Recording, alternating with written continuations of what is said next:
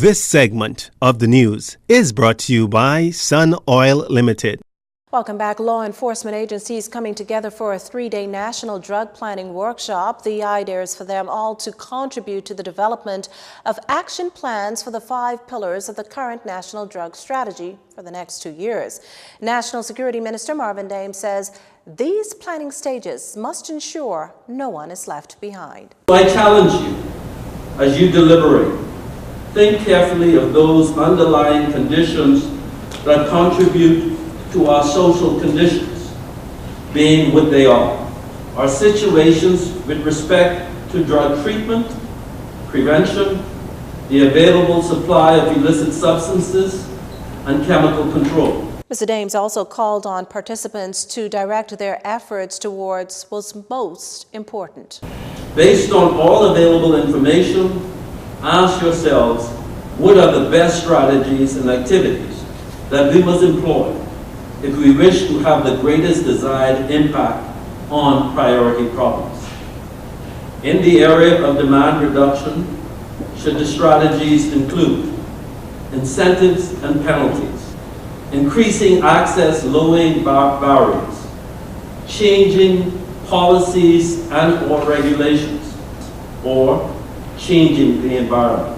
The minister expressed hope of receiving a plan that can and will be implemented over the next 24 months. The 2017 to 2022 plan is the third in a series since the establishment of the National Drug Strategy of the Bahamas. The 2 previous covered the years 2007 to 2012 and 2013 to 2017. The workshop is being held at Super Club's Breezes.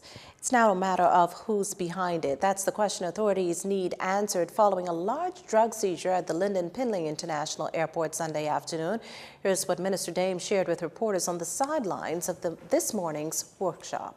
While checking some freight on an airline originating out of Jamaica, that the police dog attention was drawn to some pieces. After a further search, it was discovered that a quantity of marijuana was a part of that. I believe it was somewhere in the area of about 100 pounds of marijuana. So the police are currently carrying out their investigations. Now, based on the information police have since released to us, Airport Division officers made the discovery after 1 p.m. yesterday when some 19 packages were recovered from that cargo flight. When asked what will be done to at least clamp down on the influx of drugs entering the country, here's what the minister shared. And so we understand that our ports of entries will always be a challenge.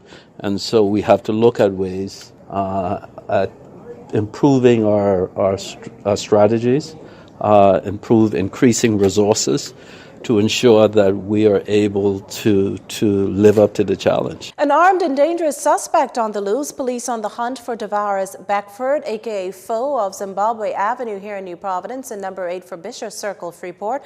It's believed Beckford is behind both a murder and an attempted murder. Police say the 43-year-old stands 5'7", weighs 137 pounds, is brown-skinned and slim-built.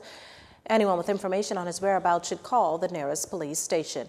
A deadly freak accident, the focus of police investigations over in Exuma. Police have so far determined that the victim was working under a hoisted vehicle on his property in Mount Thompson when it fell on top of him. The man was seriously injured. He died in hospital. Investigations are ongoing. Illegal Haitian nationals are switching things up in terms of how they're getting here. RBDF Commodore Tellis Bethel says they've changed their means of transport. They're using the more modern type yachts and so forth, so you have to be on the lookout for not just only the regular wooden sloop, but modern sailing vessels as well. Now, while officials are making inroads with Dominican poachers, they also accept that this too is a group they must also stay ahead of. And what we have observed now is they're using smaller, go-fast type vessels to fish near Inagua, Little Inagua. That's closest to the Dominican Republic, and we've had some success in apprehending them as well. The RBDF's networking with local partner agencies like immigration as well as regional partners like the American Coast Guard. This, he says, helps in terms of feeding information between the agencies. Commodore Bethel added that he expects to accomplish much more in the coming months. 2+ months into, and the search continues for the wreckage of that 6-seater Piper Aztec that crashed in waters just off Havana last year. On board was married father, pilot Byron Ferguson. It's a unique situation concerning his case in that we patrol that area daily, and so our persons are still on the lookout for any debris. So in effect, it would have been ended, but we still have people patrolling the area, so why not look out for any debris and any evidence of the aircraft. I have tasked my people to continue because we're in that area. So it doesn't make sense to say, okay, end it, and you're still patrolling the area. So they're not going to be looking, you want to stay alert.